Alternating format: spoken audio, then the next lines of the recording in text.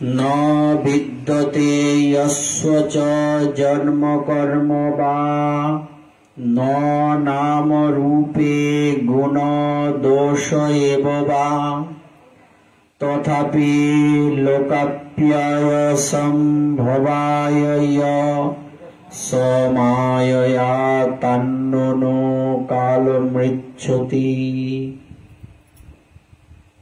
যার জন্ম কর্ম অথবা নাম রূপ কিছু নেই, তার মধ্যে দোষ গুণ কি করে কল্পনা করা যায়? তবুও তিনি বিশ্বের সৃষ্টি ও সংহারের জন্য মায়ার যথাকালে জন্মাদি স্বীকার করে থাকেন। গতদিন আমরা আলোচনায় অগ্রসর হচ্ছিলাম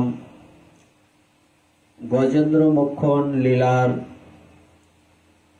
গজেন্দ্র স্তুতি নামক তৃতীয় অধ্যায়ের। আমরা সপ্তম শ্লোক অবধি ছিলাম। আমরা ভগবানের জন্য ত্যাগ করা নৈষ্ঠিক ব্রহ্মচর্য আদি অলৌকিক ব্রত পালন করা, নৈষ্ঠিক ব্রহ্মচর্য যারা পালন করেন সেই সাধুদের কথা বর্ণনা করার চেষ্টা করছিলাম। এই শ্লোকে পরবর্তীতে অষ্টম শ্লোকে বলা আছে, যার জন্ম কর্ম অথবা নাম রূপ কিছুই নেই। এটা কার বেলায় বর্ণনা করা হচ্ছে? কার জন্মকর্ম নেই, নাম রূপ কার নেই? ভগবানের জন্মও নেই, মৃত্যুর তো প্রশ্ন ওঠে না। জন্মও নেই, কর্মও নেই, নামও নেই, রূপও নেই। সাধারণ ব্যক্তিগণ এটার থেকে খুঁজে বের করতেই পারে ভগবান নিরাকার। এখানে স্পষ্টই লেখা আছে, জন্ম নেই, কর্ম নেই, রূপ নেই, নাম নেই, তার মানে ভগবান কি? নিরাকার।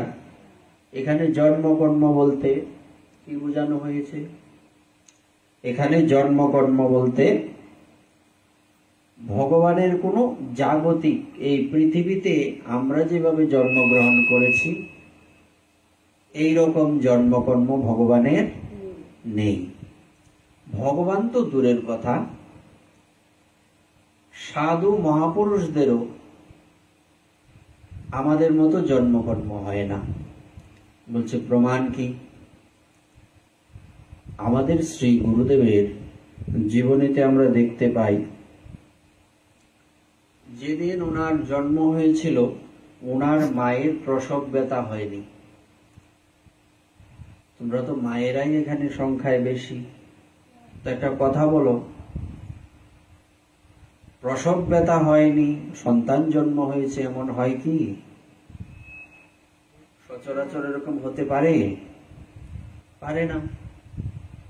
কিন্তু ওনার যেদিন জন্ম হয়েছে আমাদের গুরুদেবের, সেদিন ওনার মায়ের কোনো প্রসব ব্যথা হয়নি। তো একজন মহাপুরুষের বেলায় যদি এটা, তো দেখুন ভগবান কখন আবির্ভূত হয়েছেন, জন্মেছেন আমরা তো জানি না। সেই ৫,৫০০ বৎসর পূর্বে আমরা ছিলাম, আমরা জানি না, দেখিনি। কিন্তু যে ঘটনাটা আজকে আমি বলছি, এই ঘটনাটা তো যিনি দেখেছেন তার মুখের থেকে আমি শুনেছি। আজ থেকে ৫,৫০০ বৎসর পূর্বে কি হয়েছিল? ভগবান চতুর্ভুজ হয়ে মাতা দেবকীর কোলে চলে এসছেন। সাউন্ডটা হয়তো একটু কমাইতে হইতে পারে, বা একটু পিছনে নিতে পারো। দেখো হালকা একটু ঘুরিয়ে দাও, বক্সটা হালকা ঘুরে। আচ্ছা, জয় রাধে। এবার আরেকটু এদিকে ঘুরাও। তো আজ থেকে ৫,৫০০ বৎসর পূর্বে ভগবানের জন্ম হয়েছিল উনি চতুর্ভুজ রূপ ধারণ করে মাতা দেবকীর কোলে চলে এসেছেন, পরবর্তীতে একটা বালকের রূপ ধরেছেন। এটাই আমরা জানি কিনা? এটা আমরা দেখিনি, বা যারা দেখেছেন তাদের মুখেও শুনিনি, সত্যি না? কিন্তু এই যে একজন মহাপুরুষের কথা বললাম, ওনারই বড় দাদা, আমাদের জেঠু গুরুদেব, গিরিধারী জেঠু, উনি চিত্রলেখাজির গুরুদেব যিনি, ইনি বলছিলেন, দেখো তোমাদের বাবার যখন জন্ম হয় তখন আমার মায়ের প্রসব ব্যথা হয়নি। তার মানে উনি দেখেছেন। আরো এত কথা থাকতে উনি এটা মিথ্যা কথা বলতে কেনই বা যাবেন? আরো বড় কথাও বলতে পারতেন, তাই নয় কি? উনি বলেননি, তার মানে এটা বাস্তব। তো আমি এটা বোঝাতে চাচ্ছি, যদি একজন মহাপুরুষের বেলায়, সাধুর বেলায় এরকম হতে পারে, তো ভগবানের বেলায় কি হতে পারে? এটা তো বললে বাহুল্য দোষে দুষ্ট হব, এই এক কথা বারবার বলার মতো, কিংবা বড় কিছু মানে না বলাতেই যতটুকু বোঝা গেছে বললে তার কম বলা হবে, তার মানে বাহুল্য দোষ বলার অপেক্ষা নেই, প্রয়োজন নেই। তা আমরা কি করব? আমরা এর থেকে বুঝতে পারি যে ভগবানের কোনো প্রাকৃত জন্ম কিংবা কর্ম নেই। ভগবান নিজেই গীতাতে বলেছেন, জন্ম কর্ম চ মে দিব্যম এবং ইয়ো বেত্তি তত্ত্বত। কি বলা আছে? ভগবান নিজে বলছেন, আমার জন্ম কর্ম নেই। আমার জন্ম কর্ম কি রকম? দিব্য। দিব্য মানে, দিব্য বলতে আমরা কি বুঝি?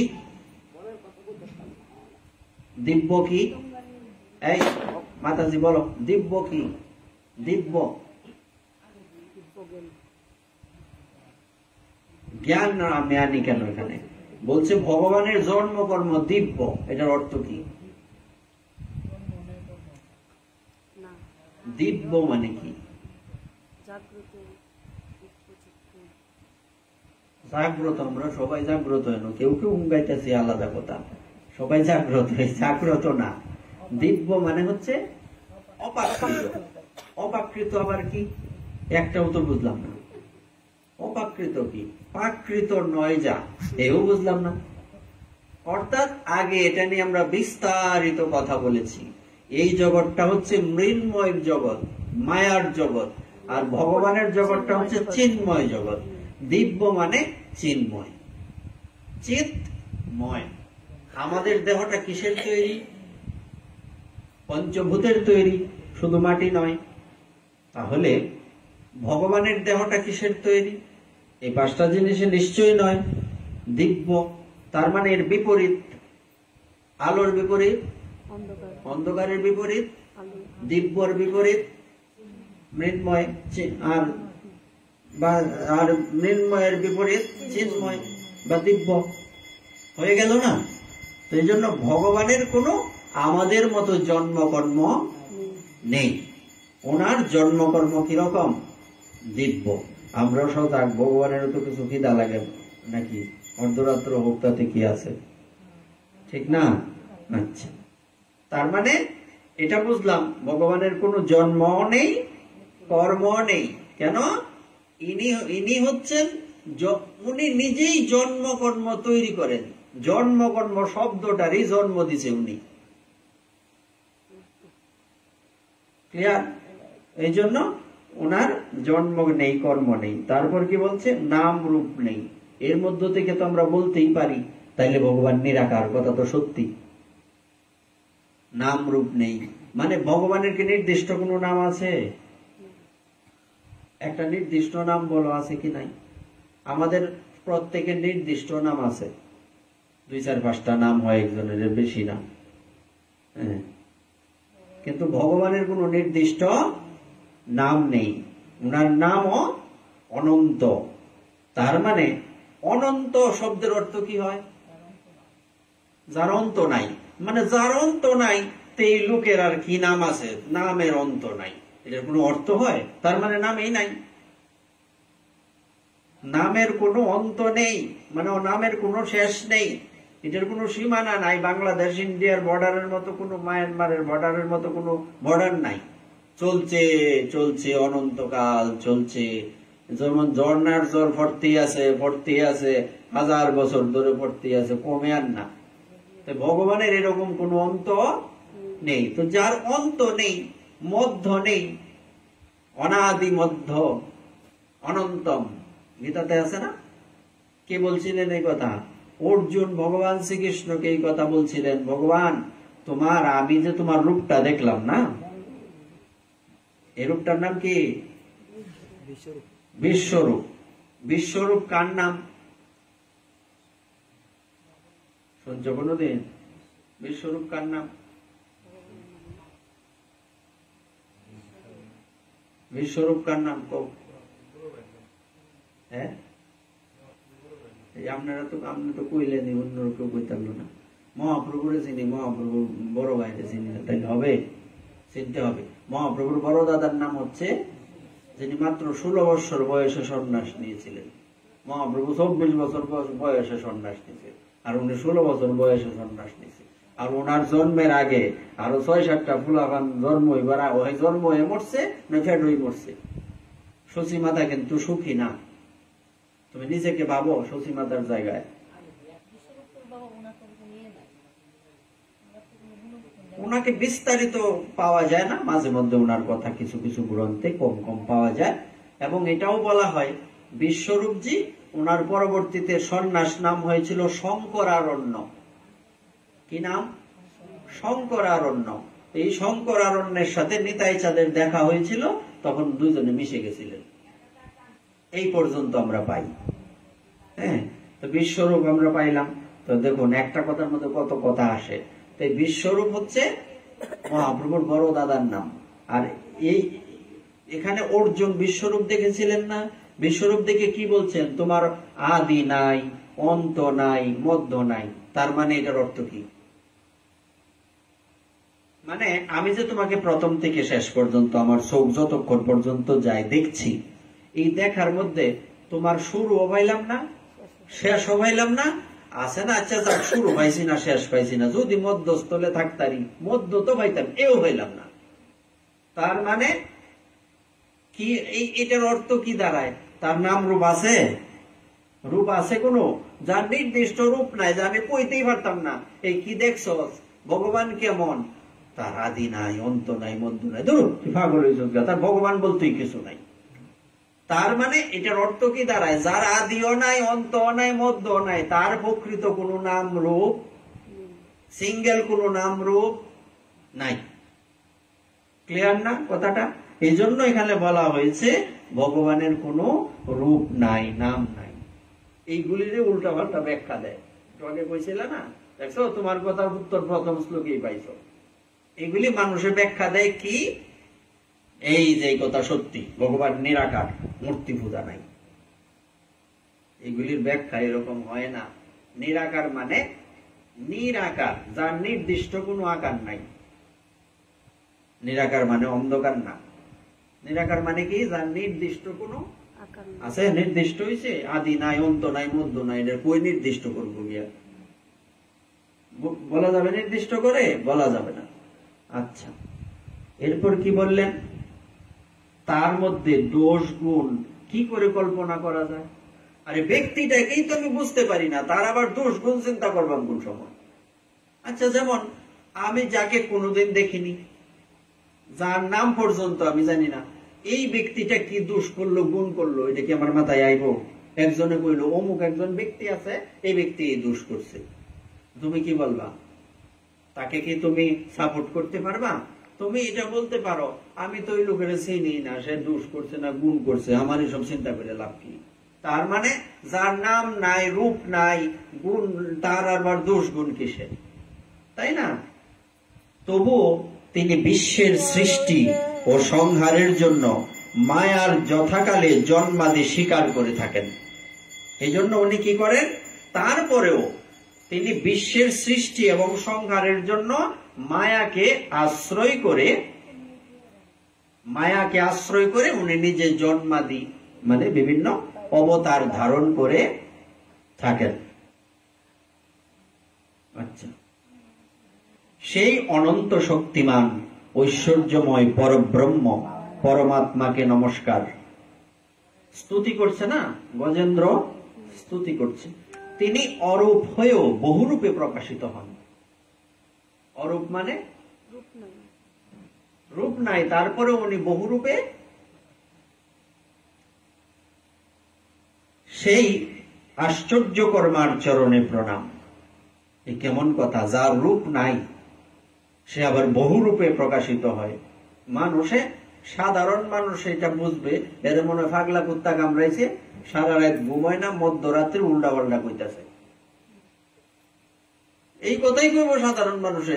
আরে প্রথমেই বলছে তার কোন রূপ নাই, আবার বহুরূপে প্রকাশিত হয়। তার মানে হচ্ছে ভগবানের একটা বিশেষণ হচ্ছে যে উনি হচ্ছেন কি সর্বশক্তিমান। সর্বশক্তিমান কথার অর্থ কি? উনি ইচ্ছে করলে অরূপ হতে পারেন, উনি ইচ্ছে করলে রূপ ধারণ করতে। এখন কেউ যদি বলে যে ঈশ্বর সর্বশক্তিমান কিন্তু উনার কোনো রূপ নাই, তার মানে উনি সর্বশক্তিমান নয়। ভেজাল আছে, ডাল মে কুছ কালা হে। অর্থাৎ উনার যার মধ্যে কোনো ত্রুটি আছে তিনি কখনো ভগবান হতে পারেন না। ক্লিয়ার কথা। কেউ যদি বলে ভগবানের কোনো রূপ নাই, তার মানে বুঝতে হবে তারা যে ভগবানের আরাধনা করে এই ভগবান আসলে ভগবানই না, সর্বশক্তিমান না, তার মানে ভগবান শেষ। সব প্রকাশ সাক্ষী স্বরূপ সেই পরমাত্মাকে নমস্কার, যিনি মন, বাক্য ও চিত্ত থেকে অনেক দূরে, সেই পরমাত্মাকে বারবার নমস্কার। কেমন কথা নাই সব, রস মস নাই, বেরসা কথা। কি কথা, প্রত্যেকটা লাইনে লাইনে বেজাল, বিশাল বেজাল করে রাখছে। যিনি মন, বাক্য ও চিত্ত থেকে দূরে, তার নমস্কার কি করতেছে? হে পাগল। মানে যে ব্যক্তিটা মনের কাছেও না, মন দ্বারাও যারে বোঝা যায় না, বাক্যের দ্বারাও যারে প্রকাশ করা যায় না, চিত্ত থেকে অনেক দূরে, তারে নমস্কার। বিশাল ব্যাপার। সাধক কর্মসন্ন্যাস অথবা কর্ম সমর্পণ দ্বারা শুদ্ধান্তকরণ হয়ে যাকে লাভ করেন। এই লাইনটা পড়ো আবার। একজন সাধক, সাধককে কাকে বলে? যিনি ঘুমা, তিনি সাধক না। ঘুমায় না, উঠো। ঘুমাইলে কেমন হইব? হ্যাঁ, চোখই বন্ধ করতাম তা না, চোখ খোলা রাখবা, চোখের মধ্যে মরিচ ভাঙ্গা দিয়া। আমরা যখন আগে পড়তাম, গোলমরিচ দিলে বেশি সুবিধা। ইয়েতে ওই যে আমরা যখন আগে পড়াশোনা করতাম, তখন ঘুমাইলে কইতো তোর চোখ মরিচ ভাঙ্গা দিও। তোর তো কে ঘুম পড়ছে পড়াশোনা, তো আমরা পড়তাছি না, অনেকের ঘুমটা চোখ তোমরা গোলমরিচ দিয়াম। গোলমরিচ খাইলে যদি একটু বেশি খাও, না এটা চোখে দা, মুখে দা, ইয়ে বাইর, ধোয়া বাইর। আরে বাবা, এইবার কমছে, কারণ গতবার এই নাক সিদ্ধর জন্য না, গতবার একটু বুঝতে পারছে না, বেশি দিছে। তো এইবার একটু বুঝছে, একটু কম দিছে, জোয়ার বাইর না। তবে শরীর টরীর মাঝে মধ্যে একটু জ্বলে। গোলমরিচ কিন্তু শক্তিশালী জিনিস। আচ্ছা, এই জন্য চক্ষু গোলমরিচ যাতে না দেওয়ার লাগে, মাথায় নোয়াইবা না, আর চোখ বন্ধই করবা না, সোজা হয়ে বসো। একটু করে জবের ক্লাস শুরু হইব। বড় করে চাই, বড় বিপদ। আমরা কি করবো, একটু পরে জবের ক্লাসে বসবো, দেখবো ঘুম যে কই গেছে, বাপ বাপ করে পালাবে ঘুম। আর করবে পাপ, আর না রে বাপ, আস্তে যদি না করো পাপ, তাইলে সব মাপ। এবার কি বলছে কথাটা দেখুন, সাধক মানে কি?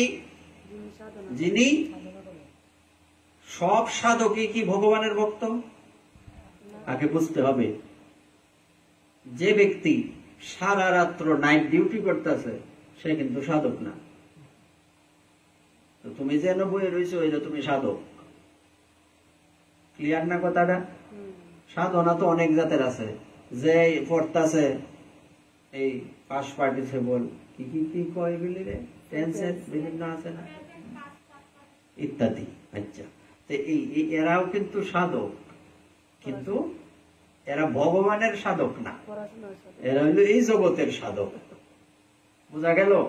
তার মানে বলছে সাধক কর্ম সন্ন্যাস অথবা কর্ম সমর্পণ দ্বারা শুদ্ধান্তকরণ। কথাটা বুঝেন, সাধক কর্ম সন্ন্যাস অথবা কর্ম সমর্পণ, দুটো লাইন আছে ভগবানকে পাওয়ার। কর্ম সন্ন্যাস আর একটা হচ্ছে কর্ম সমর্পণ। দুইটার মধ্যে পার্থক্য কি? কর্ম সন্ন্যাস, সন্ন্যাস গ্রহণ করা বা কর্মের মধ্যে থেকে, যেমন আমরা গীতার মধ্যে একটা জায়গায় পাই ভগবান বলছেন সেই ভক্তই আমার প্রিয় যে সবকিছুর মধ্যে আছে, কোনো কিছুর মধ্যেই নাই। আছে না না এরকম লেখা? হ্যাঁ, তাই কর্ম সন্ন্যাস যুগের কিছু শ্লোক পাইবা খুঁজা। কর্ম সমর্পণ ভগবান গীতাতে বললেন অর্জুন, অর্জুন প্রথমে বললেন প্রভু একটা কথা বলো, দেখো আমি যদি বাণ নিক্ষেপ করি তাহলে বাতাসের গতিও রুদ্ধ হয়ে যায়, কিন্তু আমার মনের গতি আমি রুদ্ধ করতে পারি না। তখন ভগবান বললেন মনের গতিকে রুদ্ধ করতে হলে কি করতে হবে? প্রথমে কি বললেন? প্রথম বললেন অভ্যাস করো, হ্যাঁ, কিংবা পরবর্তীতে কি বললেন? তুমি যদি তাও না পারো তখন কি করো না, অভ্যাসের কথা মনে শেষে বললেন, তুমি যদি কর্ম করো কিন্তু কর্মটাকে আমার কাছে ক্লিয়ার। একজন সাধু যিনি সব ত্যাগ করে চলে গেছেন বৃন্দাবনে, ইনি কর্ম করে ভগবানকে সমর্পণ করবেন দরকার নাই, কারণ উনি নিজেকে সমর্পণ করেই দিয়েছেন, আর কর্ম করে সমর্পণের দরকার নাই। আমরা যারা ঘরে আছি আমাদের কর্ম সমর্পণের ব্যাপার থাকে। কিরকম? যে আমরা কি করব, আমরা যে কর্মটা করছি এটা ভগবানকে সমর্পণ করব, কারণ আমরা ইচ্ছে করলেও পা থেকে মাথা পর্যন্ত সাধু হইতে পারি না, পারবো না, কারণ ঘরের মধ্যে আছি, সংসারের মধ্যে। এই জন্য কি করব, যে কর্মটা আমি করছি এই কর্মটাকে ভগবানের চরণে সমর্পণ করে তারপরে ভজন করব। মানে মোটামুটি একটা ব্যালেন্স, যে আমি কি করব না, আমি নিত্যকর্ম ঠিক রাখবো, আমি চাকরি করি, ব্যবসা করি, যাই করি, করে এই যে টাকা পয়সা এটা ভগবানের সেবায় লাগাবো, সাধু সেবায় লাগাবো। এটা হচ্ছে গৃহস্থ ব্যক্তির প্রথম কর্তব্য এবং একমাত্র কর্তব্য। এক লাইনে শেষ। আমরা কালকে কিন্তু বলছিলাম ভক্ত কাকে বলে, শিষ্য কাকে বলে, এক কথায় বলছিলাম না? হ্যাঁ, তাইলে আমরা আজকে বুঝলাম যে একজন গৃহস্থ ব্যক্তির কর্তব্য কি। এক লাইনে বলো, সে যে কর্ম করবে সৎ পথে কর্ম করে এটা সে ভগবানের চরণে সমর্পণ করবে, তার চরণে নিবেদন করবে। এটা হচ্ছে ভক্তের, গৃহস্থ ব্যক্তির বৈশিষ্ট্য। হ্যাঁ, এবার ভগবানকে কর্ম সন্ন্যাস অথবা কর্ম সমর্পণ দ্বারা শুদ্ধ অন্তঃকরণ, হৃদয়টাকে শুদ্ধ, তুমি যাই করো হৃদয়ে কুটিলতা রাখলে হবে না। আসলে গুরুদেবের কাছে আসলে বাবারি বাবা কি গুরু ভক্তি, কি গুরু সেবা, বাবা সারা করে চোখকে দেখে না, পরে গুরুদেবের বাইক গেলে আর গুরুদেবের কথা মনে নাই, তার মানে অন্তরে ডাল মেকুস ভেজাল আছে। পরীক্ষা করলে এই ম্যাজিস্ট্রেটের জরিমানা করব, যেন ভেজালটা হ্যাঁ ম্যাজিস্ট্রেট জরিমানা করে না, তো এরকম ম্যাজিস্ট্রেট কিন্তু আমাদেরও আছে। তো ম্যাজিস্ট্রেট, সেই ম্যাজিস্ট্রেট জরিমানা করবে। কি জরিমানা? জরিমানা কি হবে? তোমার মধ্যে কুটিলতা আছে, কুটিনাটি ছাড়হ মন করহ সরল, লোকরক্ষা গোড়া ভজা একত্রে নিষ্ফল। কথাটা একটু বুঝার আমাদের চেষ্টা করতে হবে। কত সুন্দর কথা, সম্ভবত প্রেম বিবর্ত নামক গ্রন্থে লেখা আছে, জগদানন্দ পণ্ডিত পাদের কথা। হ্যাঁ, যে জগদানন্দ পণ্ডিত হচ্ছেন কার অবতার? কার অবতার জগদানন্দ পণ্ডিত? দেখো, এই বিষয়টা হচ্ছে আমাদের, তোমরা যে লেভেলে আছো তোমাদের জন্য এটা হচ্ছে সাধারণ প্রশ্ন। তো তোমাদের কাছে এই প্রশ্নটা এত কঠিন কেন? তোমরা গ্রন্থ পড়ো না। জগদানন্দ পণ্ডিত হচ্ছেন সত্যভামা দেবীর অবতার। মহাপ্রভু কার অবতার? একই সন থেকে মাতাজিরা বলেন মহাপ্রভু কার অবতার? পূর্ণিমা মাতাজি বলেন মহাপ্রভু কার অবতার? না, যাকে বলা হবে সে বলবে। মানে আমরা হচ্ছে ভেতরের কথাটা জানাইতেছি আর কি, এগুলি তো আমরা আগেও জানি, শিখছি, বুঝছি, আমরা আলাপ করতেছি আর কি। জাস্ট আমরা একসাথে খেলতে গেলে যেরকম হয় না, এরকম আর কি। মহাপ্রভু কার অবতার? রাধা কৃষ্ণ মিলিত তনু। তাইলে জগদানন্দ পণ্ডিত নামে মহাপ্রভুর এক পার্ষদ ছিলেন। আগে পার্ষদদের চিনতে হবে, মহাপ্রভুর পার্ষদরা এই কৃষ্ণ লীলায় কে ছিলেন, নাইলে ভুলেও কোনোদিন লীলা স্মরণ করতে পারবা না। স্মরণ করার ইচ্ছা তো সবার, কোনোদিনই করতে পারবা না। আগে তো চিনতে হবে। তোমরা তো খুব কীর্তন শুনছ, কি কীর্তনটা? নদে ব্রজে যারা নদে তারা, তারাই তারা, তারাই তারা। শুনছো কোনোদিন এই কথা? কোনোদিন শোনো নাই এই গান? ব্রজে যারা নদে তারা, তারাই তারা। অর্থ কি? বৃন্দাবনে যারা ছিলেন নবদ্বীপে তারাই এসেছেন। তাড়াতাড়ি আসো। নবদ্বীপে তারাই এসেছেন আরেকটা রূপ ধারণ করে। এই জন্য এগুলি পদের মধ্যে গায়। ব্রজে যারা নদে তারা, তারাই তারা, তারাই তারা। আবার তারাই তারা, এর মধ্যে আরেকটা কথা বোঝাচ্ছেন, তারার তারা। অর্থাৎ মহাপ্রভু মধ্যিখানে চন্দ্র, চতুর্দিকে যেন চাঁদকে ঘিরে তারার মেলা, গৌরকে ঘিরে গৌর ভক্তের মেলা। তারাই তারা, এর মধ্যে আরেকটা প্রকাশ পেয়ে গেছে। দেখুন, ভক্তের অনুভব বলছে তারাই তারা, তারাই তারা, তারাই তারা। জগতে শুধু তারাই তারা, কথায় এক কিন্তু অর্থ ভিন্ন। আর ভিন্ন এমন একটা ভিন্ন অর্থ, দুইটাকে একসাথে মিলিয়ে দেওয়া যাচ্ছে।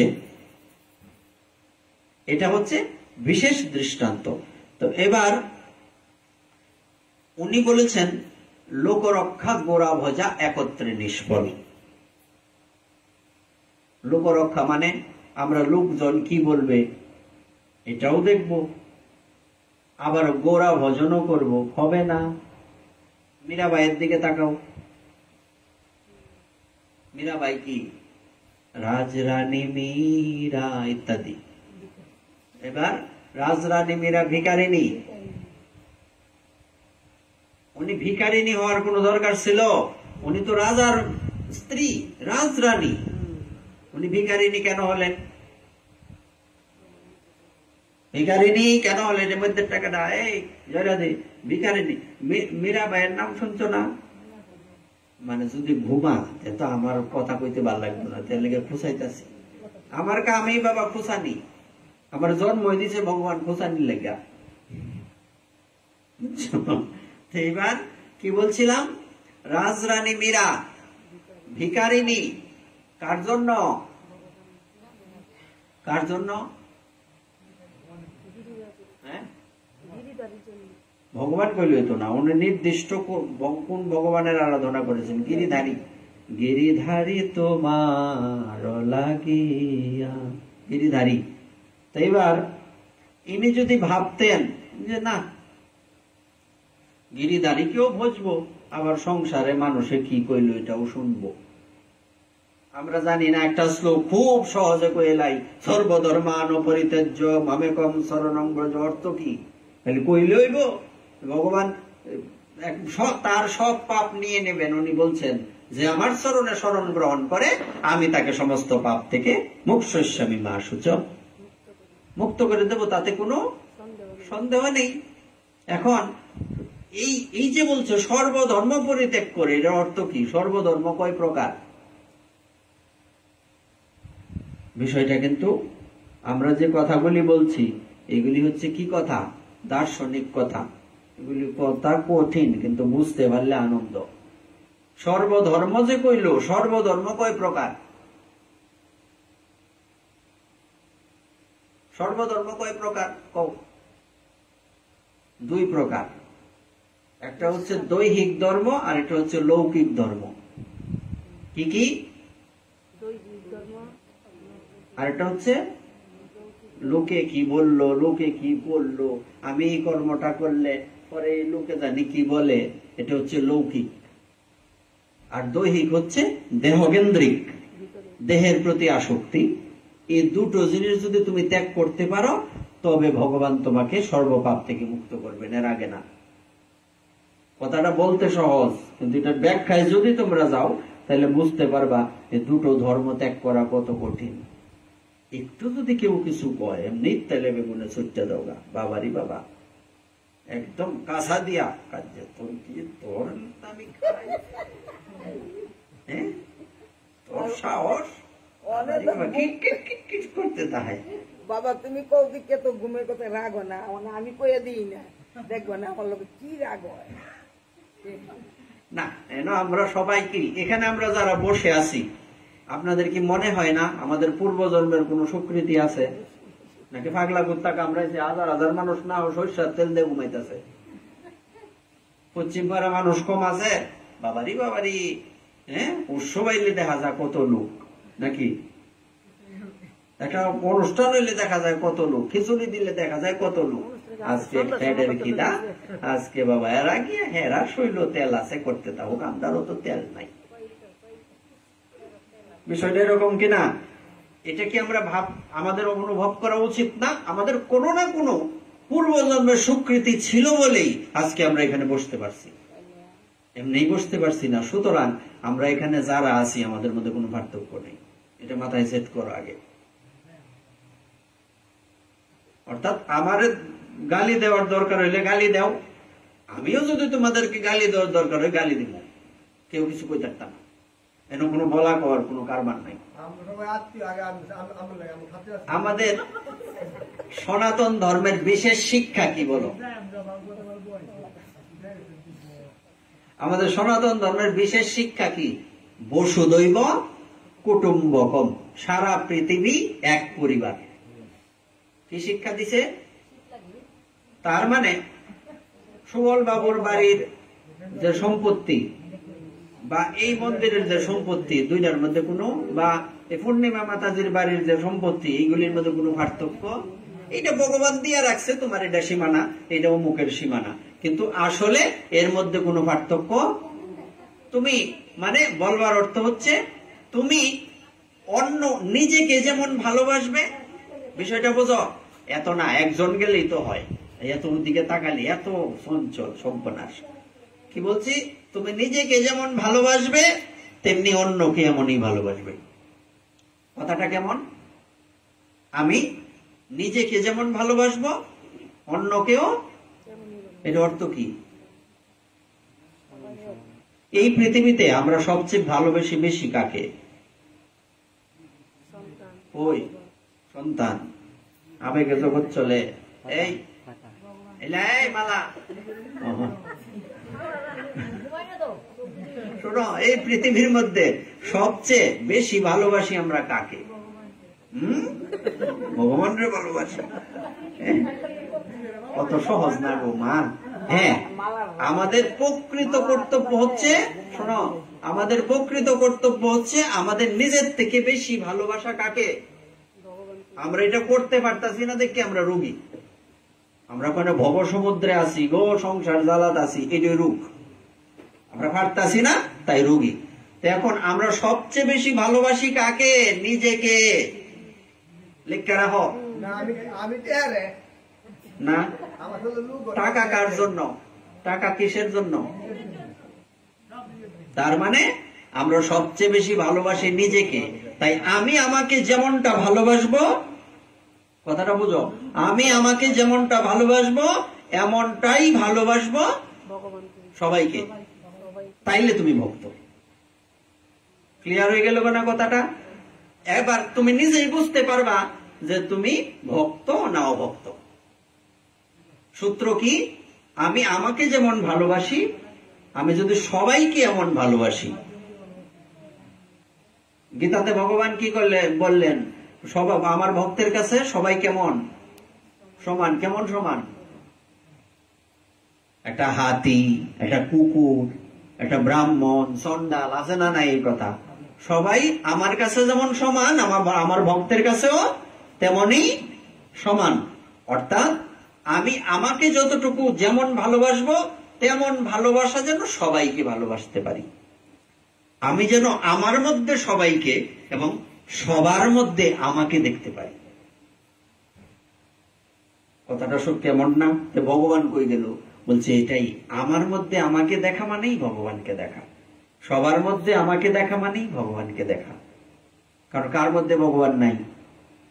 যে ঘুমাইতেছে এর মধ্যেও ভগবান আছে, যে হজাক রয়েছে এও ভগবান আছে, যে পাঠ করতেছে এর মধ্যেও ভগবান আছে। একই তো, ছোট বড় আছে। ভগবান কি এরকম পাল্লা দামাই ছোট বড় করে দিছে? উনার মাপ একুরেট মাপ, সমান সমান, একটু এদিক সেদিক হবে না। এই পৃথিবীর আইনের ঝামেলা থাকতে পারে, উল্টা পাল্টা হইতে পারে, কিন্তু ভগবানের আইনে কোনো হিসাব নাই। তাই আমরা যদি ভক্ত হতে চাই, তাহলে আমাদের প্রথম টার্গেট থাকবে আমি আমাকে যেমন ভালোবাসি, সবাইকে যাতে এমন ভালোবাসতে পারি।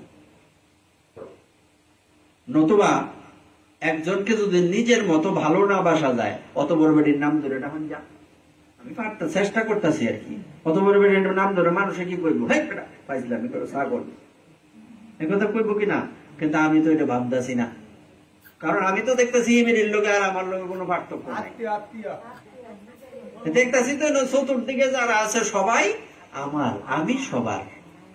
এই ভাবনাটা যারা আসবে, মানে আমিও এটার চেষ্টায় আছি, এবং আপনারাও এই চেষ্টাটা করেন। দেখবেন একটা সময় আসবে দুঃখ কি জিনিস বুঝবে না। যেমন ওই দিন বলছিলাম না, অপারেশন করতে গেলে ইনজেকশন দেয় না, দিলে পরে অবশ্যই তো কাটলেও খবর নাই। তো তুমি যদি সবাইকে তোমার মতো ভালোবাসতে পারো, এই পৃথিবীর যত দুঃখ কষ্টই থাকুক, তোমার সইব তার বাপের শান্তি নাই। কিসের দুঃখ কষ্ট? এই দুঃখ কষ্ট তোমার আশেপাশে আসতে পারবে না, সহজ বুদ্ধিতে দিলাম, তাইলে কোনো টেনশনও নাই। হ্যাঁ,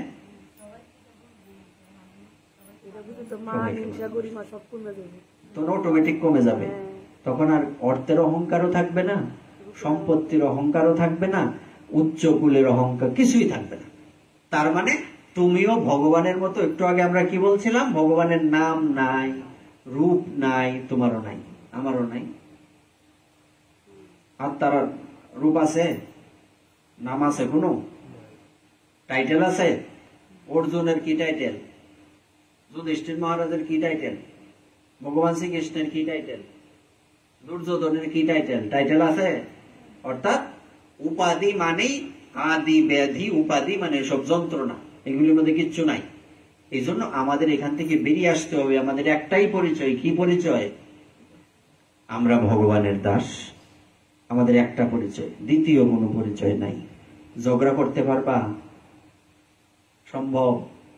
এই ভাবনা যদি মাথায় একবার ঢুকে যায়, কারোর সাথে কি ঝগড়া করা সম্ভব? কাউকে কি শত্রু ভাবা সম্ভব? অসম্ভব। তো আমরা কি বলছি কথাটা, আবার সেখানে ফিরে যাই। সাধকের কথা বলছিলাম। সাধক না, এটা শেষ। অশুদ্ধান্তকরণ, হৃদয়টা কেমন ভাবে শুদ্ধ হবে, এই হচ্ছে পলিসি। সবকিছুর একটা তো, রান্না করলেও তো একটা সূত্র আছে। লবণের জায়গা তো আর মাটিতে লাইলে হইতো না, কাবলাদা লবণই দেওয়া লাগবো। লবণের জায়গায় হলুদ দিলেও লাভ নাই। সূত্র তো সূত্র ওই নাকি, একটা ক্যাটালগ আছে না সবকিছুর। এই যে এই জায়গার মধ্যে একটা নাট মন্দির বানাইছেন, একটা ক্যাটালগ আছে না? আমরা যে আজকে এখানে এত সুন্দর প্রদীপ জ্বালাইলো, আমাদের বিদ্যার্থীরা যে এত সুন্দর সাজাইলো, এটা একটা ক্যাটালগ করে লইছে না? এমনি কইছো সুন্দর। একটা যদি নিয়া তুই তো ডালো, আর একটা খালো, আর একটা রোববার মাঠ থালো, তাইলে কি মানুষে কি কই লইলে?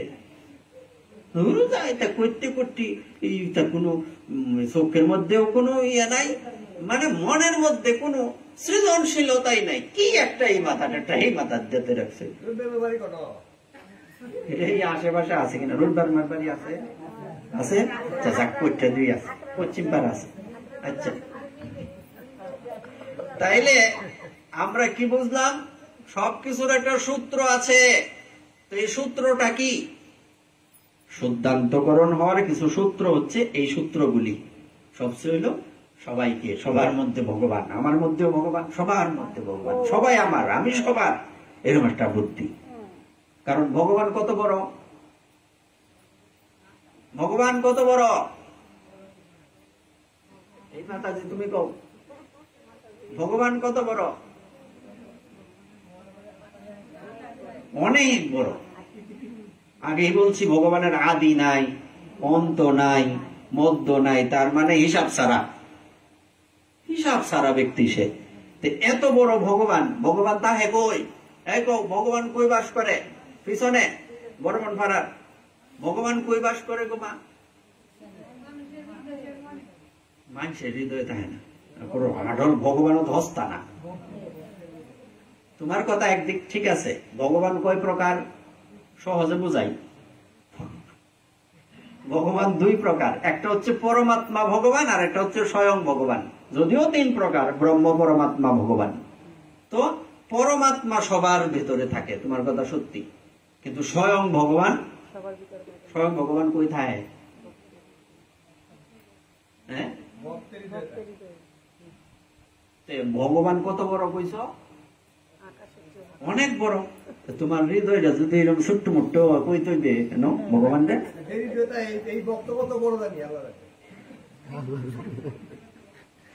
কথাটা কি, কথাটা বুঝলা? মানে ভগবান যদি এত বড় হয়, আমার মনটা যদি অত ছোট মোটো হয়, এটার মধ্যে ভগবানটা তুই তার বাম কেমন বড় লাগবো মনটা? বড় মনের বৈশিষ্ট্য কি? দুই চক্ষামি নাই।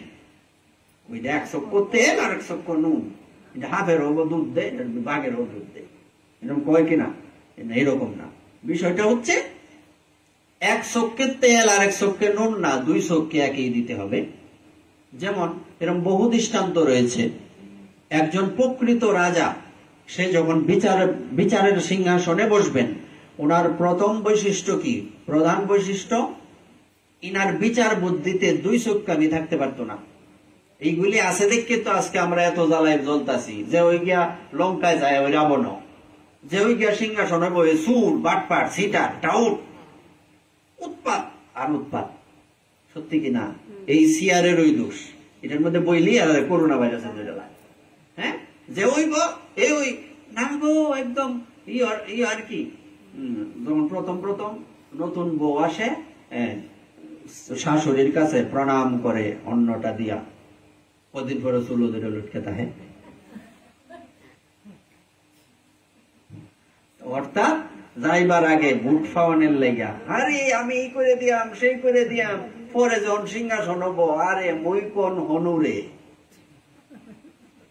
পরে আর খবর নাই। অর্থাৎ বিশাল সমস্যা। তো এই জন্য যে রাজা হবে, রাজা মানে কিন্তু দেশেরই রাজা না, গুরুদেবও কিন্তু একজন রাজা, সাধু কিন্তু একজন রাজা। এখন যেমন আমরা এখানে ভগবানের কথা বলছি না, আমি এই জায়গায় যখন বসবো, তখন আমাকে এই যে এখানে যা চোখের সামনে যা পড়তে আছে, ফিফরাত থেকে শুরু করে সর্বপ্রথম আমার একটা জিনিস সেট করতে হবে, এই সবার মধ্যে ভগবান আছে। এখানে যারা যারা পড়ছে সব সমান, আমিও এর মতোই। ভক্তিতে আমার ভক্তি নাই, এটা আলাদা বিষয়, কিন্তু একদিক বিচার করলে আমাদের এই যারা আমরা এখানে আছি, আমাদের মধ্যে কোনো পার্থক্য নেই। বিষয়টা ক্লিয়ার না? এই জন্য শুদ্ধান্তকরণের বৈশিষ্ট্য হচ্ছে এটা, অন্তর শুদ্ধ করা। যাকে লাভ করেন, যিনি নিত্য মুক্ত, পরমানন্দ ও জ্ঞান স্বরূপ, এবং অপরকে কৈবল্য মুক্তি দেওয়ার ক্ষমতা কেবল যার আছে, আমি সেই প্রভুকে নমস্কার করি। বিষয়টা বোঝো, এটা একটু কঠিন। আর আমরা এইভাবে মাঝে মধ্যে এই বিভিন্ন ভাবে নির্দিষ্ট করে সবাইকে বলছি কেন? কারণ আমরা সংসারী মানুষ, তো পরিশ্রম হয়েছে, রাত্র হইলে এমনি ঘুমে ধরে, যাতে ঘুম না হয় লেগে খুঁচাইতেছি, এই জন্য নানান কথা কই। ভাগবতের আসরে মূলত তো এইসব নির্দিষ্ট করে এই মুক্ত মুখে বলা যায় না। আমরা এখানে আগে বুঝতে হবে, আমরা ভাগবতের আসর বসছি ঠিক আছে, কিন্তু নিজের মতো করে কথা বলছি। রাধা কুণ্ডে যদি পাঠ করতে বসে কেউ এইভাবে কথা বলতে পারবে না, ওখানে নির্দিষ্ট নিয়ম আছে। কিন্তু আমরা আমাদের মতো বলো, আমার বাড়িতে আমি বসে আমি কি করি আমি বুঝলাম, তুমি অত কথা বলবে। অর্থাৎ এখানে আমার বাড়িতে আমি যা আছি আমি এনে এইভাবেই কথা কইয়া, কেন অত শুদ্ধ বাবা আমার দরকার নাই, অশুদ্ধই বেলা। হ্যাঁ, বাইরে গেলে বাবারি বাবা চিন্তা করতে হবে, অশুদ্ধ কইলে কইব ভাষার জ্ঞান নাই, কিন্তু এখানে কইলে না এটাই বেলা। নিজের ভাষা, মাতৃভাষার জন্য মানুষ যুদ্ধ করে মারা গেছে, মাতৃভাষা থাকতাম কেড়ে। আমরা যখন বিভিন্ন জায়গায় পাঠে যাই তখন কি করি জানেন, ওটা চেক করি একটু মাঝে মধ্যে। পাঠে যখন যাই তখন এই ওখানে গিয়ে শুদ্ধই কথা বলতে হয়, চিন্তা করতে হয় না এটা তো আমার ওইভাবে চিনে না, সুতরাং এখানে বসলে কিন্তু এইভাবে চিন্তা আমরা করি না। আমার বাড়িতে বসছি, এবং এটা আমাদের ভাবতে হবে ভাগবতের আসর প্রকৃত এটাই সত্য। কিন্তু আরেকটা বিষয় হচ্ছে, সবচেয়ে বড় বিষয় হচ্ছে যে ভাগবতের এই আসরটা হচ্ছে আমাদের এটা নিজেরা, আমরা নিজেদেরকে একটু ঝালিয়ে নিচ্ছি। এই ঘরের মধ্যে অনেকদিন দা পড়ে থাকলে কি হয়, জংকার ধরে না, মরিচা ধরে না, হ্যাঁ ওইটাকে আবার একটু ঝালিয়ে নিতে হয় না। কিংবা জ্বালা টালা ছুটতে থাকে, আমার দুইবার ছুটছে আমাদের এই গেটের জ্বালা, দুইবার করে না আমরা আসার পরে এই গেটের জ্বালা লাগানো হয়েছে। গেটেরও তো দরজারও তো জ্বালা ছুটতে জায়গা, তো আমাদের যে জ্বালাগুলি ছুটতে জায়গা না, ভগবানের থেকে দূরত্ব হয়ে গেছে, ওইটা আবার জোড়া দেওয়া। এই আসরটার মূল উদ্দেশ্য হচ্ছে এটা। এজন্য আমরা ওই দিন বলছিলাম যে আমরা যখন কথা বলবো তখন এখানে হিসাব করে কথা বললে চলবে না, আমরা এখানে একে অপরের সন্তান। কবে বলছিলাম এই কথাটা, কার মনে আছে? একদিক বিচার করলে আমি তোমাদের কি সন্তান, তো অবশ্যই বয়সেও সম্বন্ধেও সন্তান না, আরেক দিক বিচার করলে তোমরা সবার বাবা। মিলছে? অর্থাৎ পার্থক্য আছে, যখন যেমন তখন তেমন, যখন যে পরিস্থিতি তখন সেইভাবেই কথা বলতে হবে। আচ্ছা, তাইলে এখানে আমরা কি বুঝলাম, যিনি নিত্য মুক্ত পরমানন্দ জ্ঞান স্বরূপ এবং অপরকে কৈবল্য মুক্তি দেবার ক্ষমতা কেবল যার আছে সেই প্রভুকে আমি নমস্কার করি। নির্দিষ্ট করে বলা আছে, মুক্তি কিন্তু সবাই দিতে পারে না। তাহলে একটা ঘটনা শুনেন। ঘটনাটা হচ্ছে, একটা ভক্ত ছিল, তার নাম হচ্ছে ঘণ্টকর্ণ। কি নাম? এই পিছন থেকে বলো, কি নাম? ঘণ্টকর্ণ। 2-3 বার বললে মুখস্থ হবে। কার কথাটা না কইছিলে শুনছিলাম, নামটা মনে নাই, এরকম বললে হবে না, আবার কইলে কোন লাগবে না, পরীক্ষা কিন্তু ফেল। কি নাম? কানের মধ্যে 2 কানে 2টা ঘন্টা লাগাই রাখলো। অদ্ভুত না? 2 কানে 2টা কেন ঘন্টা লাগাই রাখতো? কানের মধ্যে যাতে বিষ্ণু নাম না ঢুকে। বিষয়টা বুঝছো? কেমন বিষ্ণু বিদ্বেষী সে, আবার মহাদেবের পরম ভক্ত। মহাদেব দর্শন দিয়েছেন, কি বর চাও বৎস, আমাকে মুক্তি দিন। মুক্তি তো আমি বাবা দিতারি না, অতদিন ভজন করছি, এমনিতে কিতা করি, মুক্তি দিতারি না। বলছে না, মুক্তির অধিকার আমার নাই। আসলে মহাদেব মুক্তি দিতে পারেন, কিন্তু উনি দেবেন না, কারণ সে বিষ্ণু বিদ্বেষী। মহাদেব আর বিষ্ণুর মধ্যে যদি কেউ পার্থক্য খুঁজো, বিশাল টাইট ভুল করবা, টাইট ভুল, শক্ত ভুল করবা। মহাদেব আর শিব আর বিষ্ণুর মধ্যে কোনো পার্থক্য নেই। অর্ধেকটা শিব অর্ধেকটা বিষ্ণু, এরকম রূপ দেখছো কোনোদিন? এই রূপটার নাম কি? আগে বুঝো, অর্ধেকটা কাছাকাছি আছে, অর্ধেকটা বিষ্ণু অর্ধেকটা শিব। হরগৌরী মানে অর্ধেকটা পার্বতী দেবী গৌরী আর অর্ধেকটা শিব, এটা হচ্ছে হরগৌরী। হ্যাঁ, কাছাকাছি, নামটা ওই রকমই। অর্ধেকটা বিষ্ণু অর্ধেকটা শিব, এই রূপটা কই আছে? নবদ্বীপ পরিক্রমা করছো কোনোদিন? করছো না? তেঁতুল তো লাগছে, তেঁতুল গাছ দেখছো না, ভিডিও করে পাঠাইছিলাম যে, দেখছো? এইরকম এই জায়গাটার নাম হচ্ছে হরিহরতলা। অর্ধেকটা শিব অর্ধেকটা বিষ্ণু, মানে হরিহর। কি নাম? হরিকে বিষ্ণু, হরকে মহাদেব। হরি আর হরের মধ্যে কোনো পার্থক্য? এবার সে তো জানে, সে 1 নম্বর বিষ্ণু বিদ্বেষী, সে কি করে মুক্তি পাবে? সে আমার প্রভুর বিদ্বেষী। এইবার এখানে একটা সুন্দর মজার ঘটনা আছে। আরে শোনো, ঘুমাইলে পরে তো বেজাল হয়, একটু শব্দ করবা, মধ্যে মধ্যে দাঁত বাইর করে আসবা। এইবার ঘটনাটা কি হচ্ছে দেখুন, সুন্দর ঘটনা। একদিন শোনো, এই ভগবান শিব বলেন কি, শিবকে যদি জিজ্ঞেস করা হয়, এই তোমার আরাধ্যের নাম কি? মহাদেব, প্রভু তোমার আরাধ্যের নাম কি? বলছে আমার আরাধ্যের নাম রাম। রামকে যদি জিজ্ঞেস করা হয় তোমার আরাধ্যের নাম কি? বলছে আমার আরাধ্য শিব। কেমন একটা বেজাল না? এই বেজাল না কি? এখন যদি বলো তোমার স্বামীর নাম কি, তোমার স্বামীর নাম কি? যার যার স্বামীর নাম। আচ্ছা, তো এরকম যদি তোমার স্ত্রীর নাম কি, একই নাম বলতে পারবা? এটা কেমন হইল? তোমার স্বামীকে, তোমার আরাধ্যকে, বলছে আমার আরাধ্য আমার স্বামী। এবার যদি বলা হয় স্বামীকে, তোমার আরাধ্যকে, স্বামী কি কইব? আমার স্ত্রী। মন দিয়ে শোনো কথাটা, স্ত্রীর আরাধ্য স্বামী হতে পারে, স্বামীর আরাধ্য কি স্ত্রী হয়? হয় কি? শোনো জয়রাদি, হয়। এটা হাস্যকর না? মহাদেবকে বলছে তোমার আরাধ্যের নাম কি? বলছে শ্রীরাম।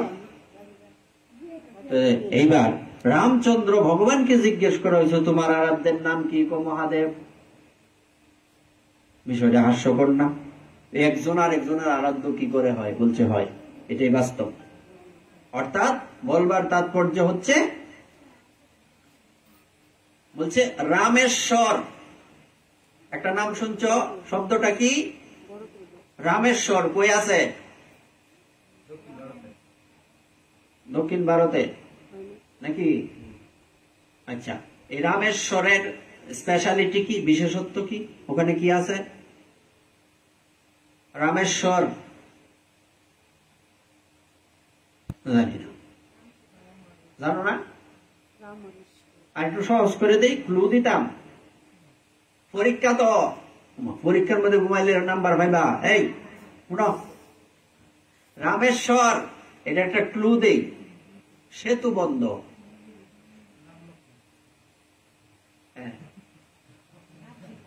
যেটা হচ্ছে এটা সমস্যা নাই। হ্যাঁ, সেতু বন্ধ, সেতু বন্ধ।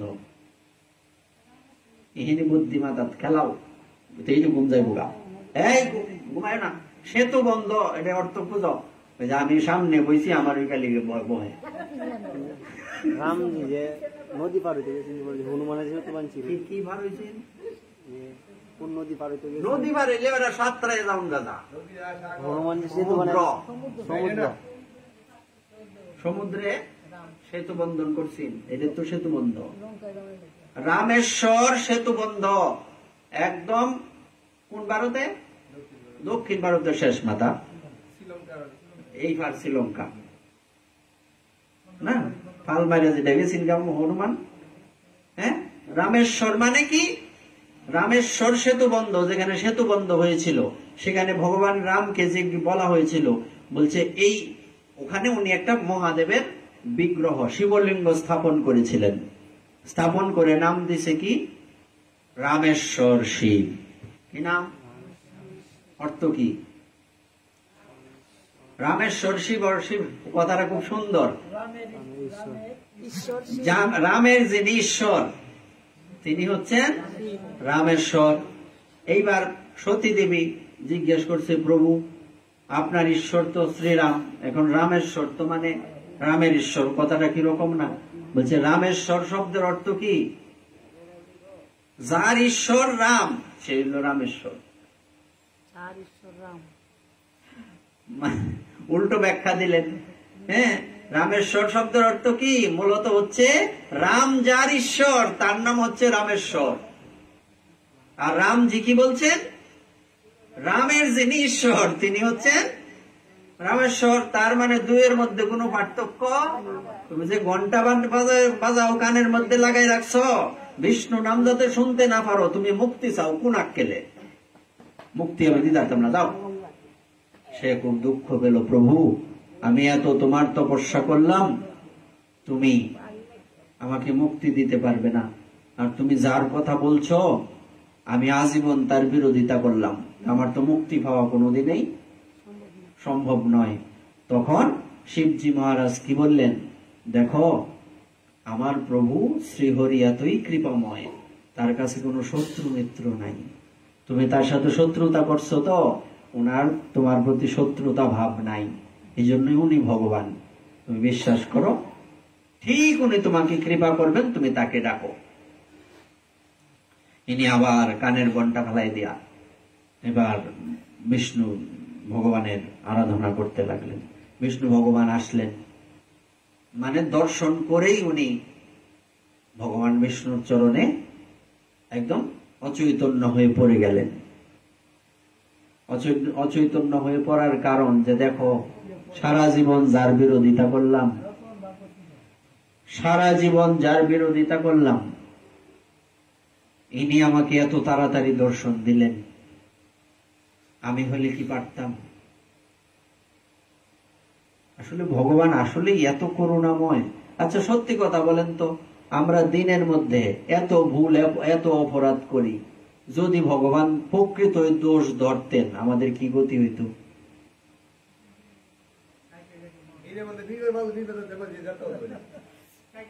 আমাদের কি কোনো গতি হওয়ার ছিল? একদমই ছিল না। আসলে ভগবানের কাছে শত্রু মিত্র হয় না। আমরা ভগবানকে জানি না, চিনি না, ওইভাবে তাকে ভালোবাসি না, তাই সে আমাদের কাছে ওইভাবে প্রকাশিত হন না। আসলে ভগবান এত কৃপাময়, ওনার কাছে কোনো শত্রু হয় না। যেমন পুতনা মোক্ষণ লীলাতে কি আছে বলো? জয়রাধে। পুতনা মোক্ষণ লীলাতে পুতনা কি ভগবানকে দুগ্ধপান করাতে এসেছিল নাকি মারতে এসেছিল? উদ্দেশ্য কিন্তু দুগ্ধপান করা, দুগ্ধপান করানো তার উদ্দেশ্য ছিল না। তার উদ্দেশ্য ছিল ওই যে স্তনের মধ্যে কালকুট বিষ মেখে এসছে, ওই বিষ খাওয়াইয়ে ভগবানকে মারবেন। কিন্তু ভগবান কি করলেন? যখন স্তনের মধ্যে থেকে দুগ্ধ পান করতে লাগলেন, তার দুগ্ধের সাথে সাথে তার প্রাণটাও পান করতে লাগলেন, ভেতর থেকে সব বেরিয়ে আসতে লাগলো। তখন সে বলছে, মঞ্চ মঞ্চ, ছাড় ছাড়, ছেড়ে দে। ভগবান বলছেন, আমি ধরতে জানি, ছাড়তে জানি না। একবার যদি তুমি ভগবানের চরণ আশ্রয় করো, প্রভু আজকের থেকে আমি তোমার, যা করছি করছি সব তোমার চরণে দিয়ে দিলাম, পাপ পুণ্য সব তুমি নিয়ে নাও, আজ থেকে আমি তোমার। একদিন বলছো, আবার কিছুদিন পর ভুলে গেলে, ভগবান কিন্তু তোমাকে ভুলবে না। এটা কোনো মানুষ পারবে না। সারা জীবন তুমি যার জন্য করলে, একটু একদিন করবে না, তোমাকে তোমার বিরুদ্ধে সে চলে যাবে। কিন্তু ভগবানের বেলায় এমনটা নয়। আমরা এতই বেকুব, আমরা এতটাই গর্ধ, আমরা কি করি? আমরা ভগবানকে মন দিতে চাই না। আমরা মন কাকে দেই? যেই জায়গায় মন দিলে সেই মনের ফিডব্যাক হিসেবে ভালোবাসাটা ফিরে আসবে না, ওই জায়গায় মনটা দেই। তার মানে আমরা কত বড় ভুল করি। সুতরাং সেই ঘণ্টকর্ণকে কি করলেন? ঘণ্টকর্ণকে ভগবান বিষ্ণু কৃপা করলেন, হয়ে গেল। এখন বিষয়টা হচ্ছে, কথাটা কোথা থেকে এলো? এখানে গজেন্দ্র কিন্তু সাধারণ কোনো ভক্ত না। সে ভগবানের প্রার্থনা করতে গিয়ে, ভগবানের স্তুতি করতে গিয়ে বলতে লাগলেন, কৈবল্য মুক্তি দেওয়ার ক্ষমতা কেবল যার আছে, একমাত্র সেই প্রভুকে আমি নমস্কার করি। সেই প্রভুকে একমাত্র শ্রীহরি ভগবান ব্যতীত মুক্তি দেওয়ার মতো ক্ষমতা আর কারোর এটাই মুক্তি, কৈবল্য মুক্তি হয়। সেই মুক্তি আর কেউ দিতে পারে? তুমি এক কাজ করো, এটার চার্জারটা নিয়ে আসো, এই টুলটা এই পর্যন্ত নিবা, এটার সকেটটার মধ্যে এইটা লাগাই দিবা, চার্জার ফ্যান অফ করে তো আগে নিয়ে আসো, গিয়ে বলো চার্জার দিতে। তো এবার বিষয়টা কি হলো? তাহলে দেখুন গজেন্দ্রের চিন্তাধারা, আমরা যে কথার এত ব্যাখ্যা দিচ্ছি, সেই গজেন্দ্র একটা হাতি হয়ে কত সুন্দর ভগবানের স্তুতি করে যাচ্ছেন। যিনি সত্য, রজ ও তম এই 3 গুণের ধর্মকে স্বীকার করে যথাক্রমে সত্য গুণে শান্ত, রজগুণে ঘোর এবং কখনো বা তম গুণে মূরের মতো আচরণ করেও ভেদরহিত সমভাবে স্থিত ও জ্ঞান ঘন সেই প্রভুকে বারংবার নমস্কার করি। সত্য, রজ, তম এই 3টা গুণের মধ্যেই ভগবান আছেন কিনা? আবার ভগবানের মধ্যেই 3টা গুণ আছে কিনা? সত্য ওনার মধ্য থেকে এসছে, কিন্তু এই 3টা গুণের মধ্যে রজ এবং তম গুণ যদিও ভগবানের থেকে এসছে, কিন্তু স্বাভাবিক অবস্থায় ভগবানের মধ্যে রজ, তম এবং সত্যেরও বিকার নেই। তো ভগবানের মধ্যে কোন বিকার আছে? উনি হচ্ছেন শুদ্ধ সত্য, অর্থাৎ এই 3 গুণেরও অতীত, এই 3টা গুণেরও উনি উপরে, তাই না? তো এই এর উপরে হয়েও ইনি কখনো কখনো সত্য গুণেও অবতার ধারণ করেন, রজগুণেরও অবতার ধারণ করেন, আবার কখনো তম গুণেরও অবতার ধারণ করেন। আপনি সকলের প্রভু, ক্ষেত্রজ্ঞ এবং সর্বসাক্ষী। সর্বসাক্ষী মানে, ক্ষেত্রজ্ঞ মানে আমার সম্বন্ধে আপনি সবই জানেন, আমার পা থেকে মাথা পর্যন্ত আপনি সব জানেন। সর্বসাক্ষী, আমার সমস্ত কর্মের আপনি সাক্ষী।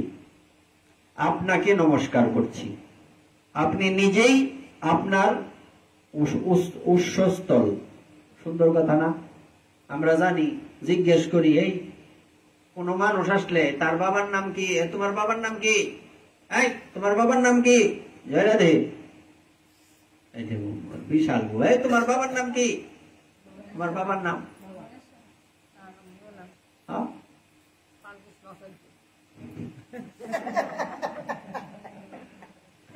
আচ্ছা, তাহলে মনে আছে, ঘুমাইলেও তাহলে ঠিক জাতে মাতাল। কেমনে জাতে মাতাল হইলা? সব কথার হ হ কইলে হইব। আচ্ছা, এবার বলছে মানুষকে, একজনকে দেখলে জিজ্ঞাসা, তোমার বাবার নাম কি? অমুক। ভগবানের বাবার নাম কি? ভগবান। তার মানে উনি উনার সোর্স। উৎস মানে কি? সোর্স। উনি উনার সোর্স। উনি কারোর থেকে উৎপন্ন হননি, বরং উনার থেকে সবাই উৎপন্ন হয়েছেন।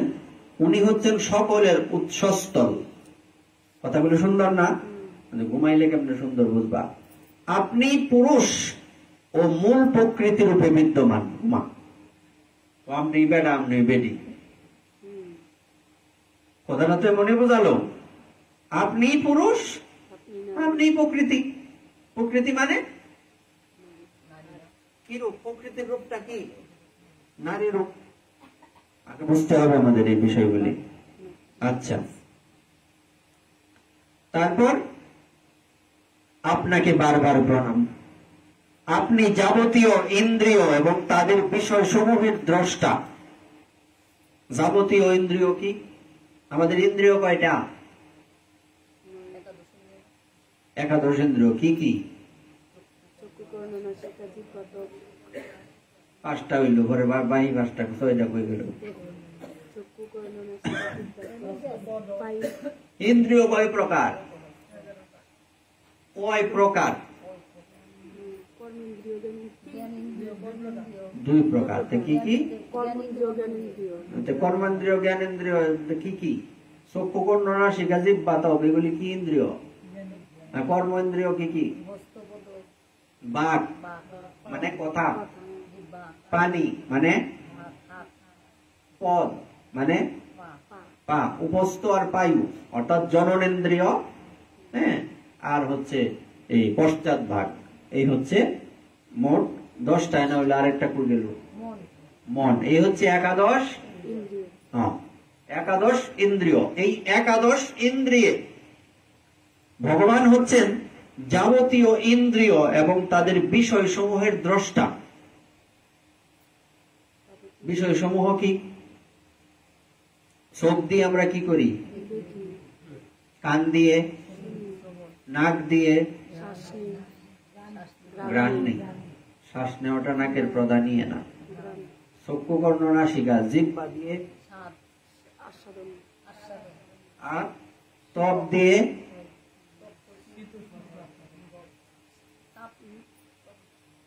ত্বক দিয়ে কি করো? এটা কও, কি অনুভব হয় ত্বকের মাধ্যমে? 5টা ইন্দ্রিয়ের 5টা বিষয়। আমরা বাকি 4টা কইলাম, ত্বকের দ্বারা কি বিষয় অনুভব হয়? স্পর্শ। 5টা ইন্দ্রিয়ের 5টা বিষয়, কি? রূপ, রস, শব্দ, গন্ধ, স্পর্শ। রূপ, রস, শব্দ, গন্ধ, স্পর্শ। এই নাসিকা তো গন্ধ, স্পর্শ দেহের দ্বারা ত্বক। এই হচ্ছে 5টা ইন্দ্রিয়ের 5টা বিষয়। তো আপনি সেই পঞ্চ ইন্দ্রিয়ের বিষয় সমূহেরও দ্রষ্টা। তার মানে ভুল করে লুকানোর কোন সুযোগ আছে? নাই। এবং সর্ববিধ প্রতীতির আধার, সমস্ত কিছুর চোখের সামনে যা কিছু দেখতে পাচ্ছি, সর্ববিধ প্রতীতি মানে কি? চোখের সামনে যা পড়ে সবকিছুর আধার মানে কি? আধার মানে কি? একদিক থেকে আধার তো এটা মানে আমাদের ইয়ের ভাষায় বলে, কোন গ্রাম্য ভাষায় আধার মানে খাবার। আধার তো অন্ধকারও আছে। আবার এখানে আধার বলতে কি বোঝাইছে? দেখছো, হচ্ছে বাংলা। এই আধার, আধার অন্ধকার, আধার আবার খাবার, আধার আবার আর এটা কি? আশ্রয়। আধার দেখবা ইয়েতে লেখা আছে যে সাধার সংকস্থাপন। অর্থ কি? সাধার সংকস্থাপন। চার্জার আনতে এরও তো সময় লাগে। যে লঙ্কায় যায় এরাও রাবণ ব্যক্তি ঘুমাইতেছে গিয়া, অলক্ষী দি সবজি ঘুমাইতেছে। সাধার সংকস্থাপন। সাধার মানে কি? শঙ্কটা কই স্থাপন করো? হ্যাঁ, ত্রিপদীটা শঙ্কের কি? আধার, আশ্রয়। শঙ্কটা কই বইছে? ভগবান হচ্ছে আমাদের সকলের আশ্রয়। আশ্রয় বুঝছো এবার?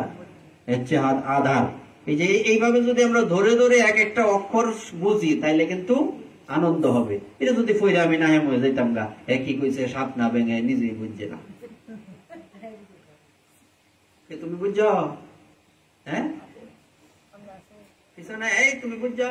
মামি তোমার নাম কি? আচ্ছা, বুঝছো তুমি? বুঝছো তো? কিরে বুঝছ? মা তালারা বুঝছি। তুই যে বুঝছস না এটা যে আমি বুঝছি, জানি তুই বুঝছস তো।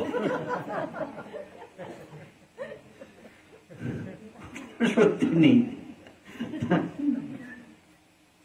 অর্থাৎ কথা সত্য, নাইলে আইসে করতো। হ্যাঁ, তার মানে বিষয়টা কিন্তু আমরা যদি ধরে ধরে ধরে ধরে এক একটা বোঝার চেষ্টা করি। এটা টান দিয়া ওখানে নাও, এটা টান দিয়া বা দুইজনে ধরো। বুদ্ধি ওইটা হ্যাঁ মাথা নাকি? আগে ফ্যানটা সরাও না, অফ করে। তোরা ঘুমের জন্য কিছুই করতে পারতো, ঘুমাইছস নাকি? এরা কি করে আজকে? কি ঘুমের যাওয়ার সময়? ও লক্ষ্মী ঘুমাইতেছে, মাথা ফোন তো বাইরে নেই দরকার। চার্জার কই? এইটা লাইন দিয়ে রাখো, তাহলে কি কথা শোনা যায় না? রিপ্লাগ মাল্টি প্লাগ আছে, ওই যে উপরে যে লাল ঝুড়ি দেখছিলাম এটা নষ্ট, ওখানে নেও, ওখানে 3 প্লাগ আছে। নাহলে তো আমার গলার অবস্থা খারাপ হয়ে যাবে। চার্জ তো নিয়ে নাই, বন্ধ,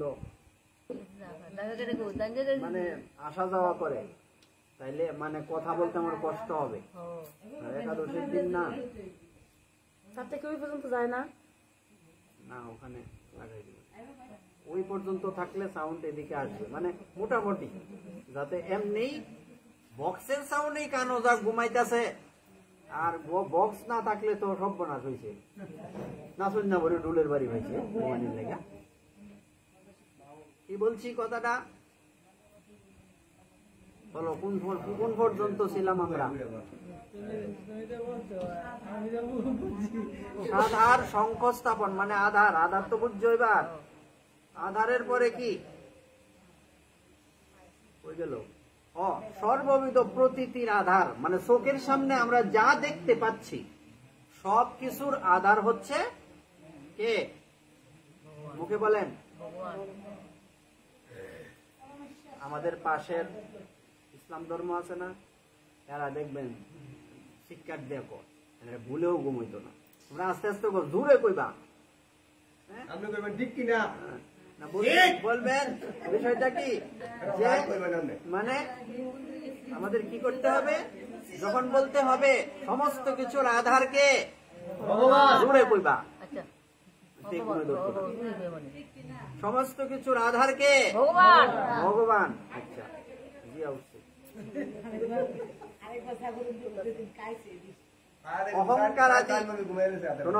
অহংকার আদি ছায়ারূপ অসত্য। অহংকার কি? অহংকারটা হচ্ছে একটা ছায়ারূপ অসত্য। শ্যামা আর কি? ছায়া মানে শ্যামা কই না আমরা, ছায়ারূপ অসত্য, ঠিক আছে? অহংকারটা হচ্ছে অসত্য, ছায়ারূপ। অহংকার আদি ছায়ারূপ অসত্য বস্তুর দ্বারাও আপনার অস্তিত্বের প্রমাণ পাওয়া যায়। কি বুঝলা? যদি ছায়ার দিকে আমরা বিশ্লেষণ করতে যাই, তাও ভগবানকে, কাকে পাওয়া যায়? ভগবানকেই পাওয়া যায়। আচ্ছা, এরপর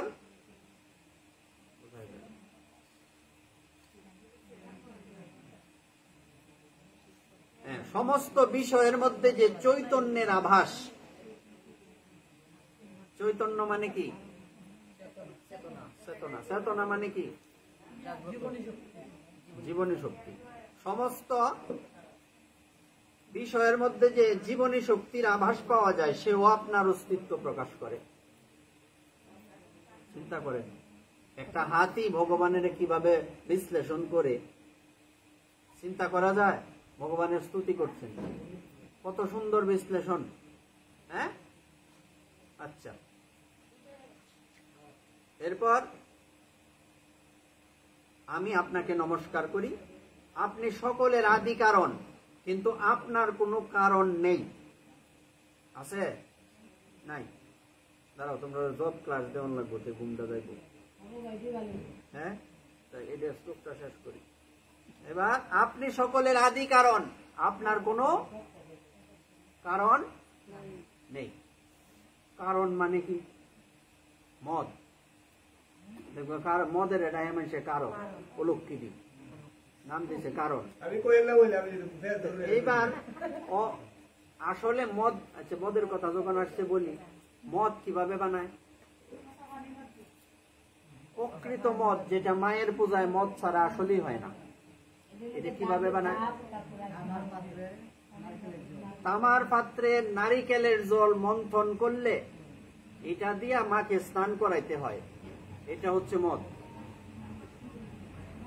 বুঝলা? মানুষ এটারে এখন বাংলা, ইংলিশ, হিন্দি কত জাতের মদ বাইর করছে, আছে না নাই? আচ্ছা, তো এবার কথাটা কি বলছি, কারণ মানে কি? দুটো শব্দ, একটা কার্য আর একটা কারণ। কার্য মানে কি? কর্ম। কারণ মানে কি?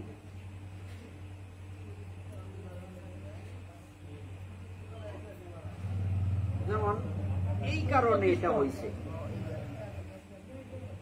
কার্য মানে কর্ম, কারণ মানে হচ্ছে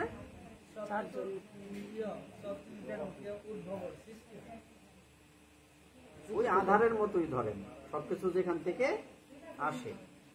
আচ্ছা, এরপর এবং সর্বকারণ হওয়া সত্ত্বেও আপনার কোনো বিকৃতি বা পরিণাম নেই। অর্থাৎ একজন মানুষের যদি অনেক টাকা পয়সা থাকে, অনেক সম্পত্তি থাকে, যেমন মন দিয়ে শোনো, তখন এটার একটা বিকার আছে না? মাথা গরম না? ব্যবসা যে চালাও মাথা গরম না? বিশাল গরম না?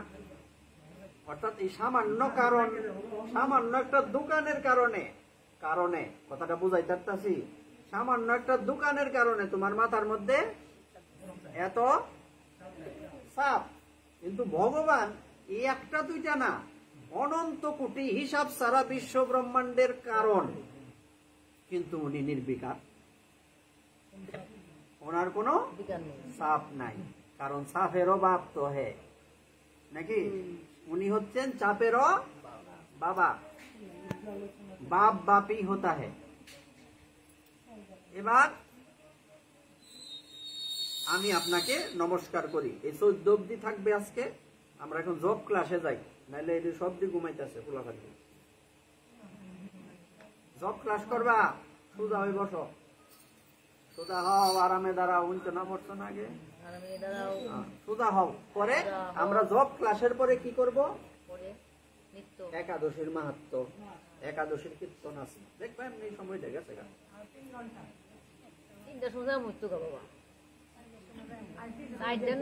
তোমার লেগে লেগে রাস্তা আর অত জলজলিয়া না আর ঘুমায় বড় বউ বউ ঘুমায় গেলে সোজা হয়ে বসো। যার হাতে মালা আছে, ওষুধ আনতে না, ঘুমে গেলে ধরে। যার হাতে মালা আছে, যার মালা নাই আঙ্গুলে জপ করবো। সোজা হয়ে বসো, একদম সোজা। কাউন্টার লইছো আগে তুই জানে সে ইয়ে আছে, মানে সচেতন নাগরিক। তুমি তো বললে দিছো, আগে তো বলে দিছে। আমরা এখন সোজা হয়ে বসবো। জপের নিয়ম কি? জব ক্লাসের নিয়ম হচ্ছে, আমি প্রথম কার্য হচ্ছে সোজা হয়ে বসতে হবে। কিসে? যেহেতু আসনের ব্যবস্থা এখানে নেই, কিন্তু নিচে আসনে আসনের ব্যবস্থা এখানে নেই, আছে কি না? তো আমরা যেখানে বসছি এটাই আমাদের আসন। আসনে বসার নিয়ম কি? কিরকম?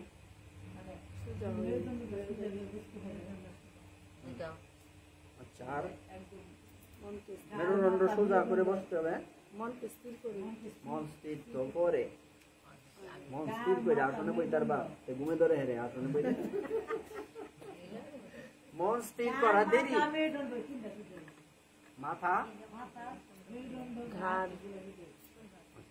তাহলে এইভাবে বসলে প্রথম বৈশিষ্ট্য হচ্ছে, আমি যে আসনটাতে বসবো সেই আসনটার মধ্যে নিজেকে ছেড়ে দিতে হবে। তাহলে মেরুদণ্ড সোজা থাকবে, মানে একটা আছে না টানা দাবা, মানে কতক্ষণ পরে মেরুদণ্ডের মধ্যে একটা ব্যথা অনুভূত হবে, এরকম না। এই যে বসছি সোজা, সোজা মেরুদণ্ড সোজা, ঘাট সোজা, কিন্তু আসনের মধ্যে আমি নিজের শরীরটাকে ছেড়ে দিতে হবে। এই যে আমি সোজা বইছি, আসনের উপরে ছেড়ে দিচ্ছি, এভাবে ছেড়ে দিতে হবে। তারপরে আসনে বসার পর উত্তর, দক্ষিণ, পূর্ব, পশ্চিমাদি 10টা দিকে মনে আগুন লাগে পুরা যাগা, সারকার হয়ে যাগা, আমার আর কোনো সেদিকে খেয়াল নাই। আসনে বসলে মোবাইল সাইলেন্ট থাকবো। মোবাইলে এই যে এই কয়দিন যে ফোন করছো দিনের বেলা, কয়দিন কল ধরছি? একদিনও না। 5টার পরে কল ধরছি। 5টার আগে কল পাইছ? কল তো করতেই আছো, আমি দেখতেই আছি সাইলেন্ট, কিন্তু লাইট জ্বলে। কিন্তু অর্থাৎ পৃথিবীতে যা হোক, কালকে আমরা একটা ঘটনা বলছিলাম, কার মনে আছে? যে একজন রাজা, তার প্রতিদ্বন্দ্বী শত্রু রাজা, কি বলছি, শত্রু রাজা, সে ভাবলো এ এত শক্তিশালী, এর সাথে যুদ্ধ করে কিন্তু একটা চালাকি করে জিততে হবে, যেটা হচ্ছে অবৈধ। সেটা কি? কোন সময়? সে যখন না পারবে। সেই সকাল থেকে সে মন্দিরে বসে যায়, হ্যাঁ, মন্দিরে সকাল থেকে বসে যায়, পরে 10টার আগে মন্দির থেকে জগৎ প্রলয় হয়ে যাক, সে উঠে না, বেরোয় না। তার মানে এখনই আক্রমণ করো। বুদ্ধি কিনা? এটা বুদ্ধি, এটা কুবুদ্ধি। কারণ কখন একজন শত্রুকে আক্রমণ করা যাবে, কখন? অনেক নিয়ম রয়েছে। দুর্বলের সাথে কোনো যুদ্ধ হবে না, যার অস্ত্র নাই যুদ্ধ হবে না। তো অস্ত্র তো নাই, সেই ব্যক্তিটা এই জগতেই নাই, তাকে কিভাবে, তার রাজ্য আমি কি করে আক্রমণ করতে পারি? তার মানে আক্রমণ করা উচিত